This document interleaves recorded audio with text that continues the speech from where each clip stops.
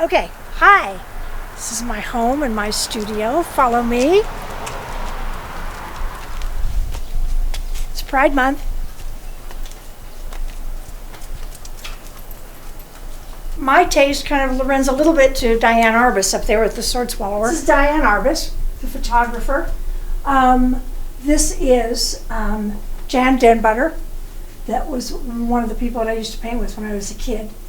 This is Woman on the Verge.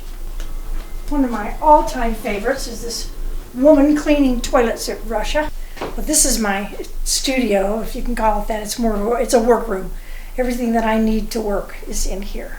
And that depends on whether or not I'm painting or whether or not I'm making wind chimes or whether or not I'm doing jewelry. This is Blue Sunset, and this is a picture of Mount Superior at Alta, and it's taken facing northwest.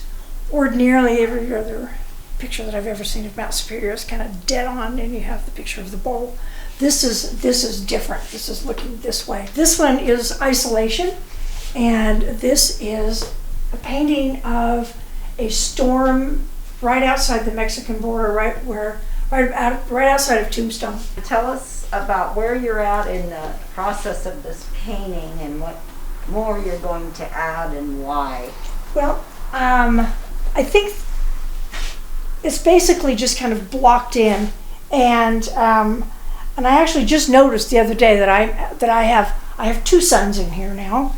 I have one sun that's hitting it here, and I have another sun that's hitting it kind of here. So since in this world we really only have one sun, I have to fix that. I need to build the rocks. And the snow is going to be very much leftover snow. It isn't going to be anything new. It's going to be the stuff that's just left in cracks and corners and crevices.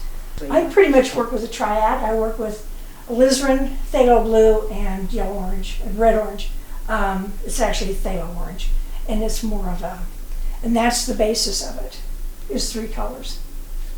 That's interesting, because it looks like more than 3 colors to me. With those 3 colors, you can build anything you want. So there's a lot of mixing of... Yeah, you have to mix everything. Yeah, right. You don't use anything directly out of the tube. Right. And you change it? You change it constantly. As long as it's in the house, I could be painting on it. How do you change it? Oh, I repaint it. I do different things. I change the colors, I change the angles, I change where the light's coming from, I do everything. This is going to be totally different. So is there times where you think you have an image in your mind and it turns out the final project's completely different? Absolutely. That happens all the time. You never know what you're going to get. You never know. Ever. When you start a painting, you never know what it's going to look like or how it's going to end up. You have to know when to stop. Yeah, well when to stop. Interesting. And sometimes you don't know that. Sometimes you have to have somebody else tell you, you need to stop.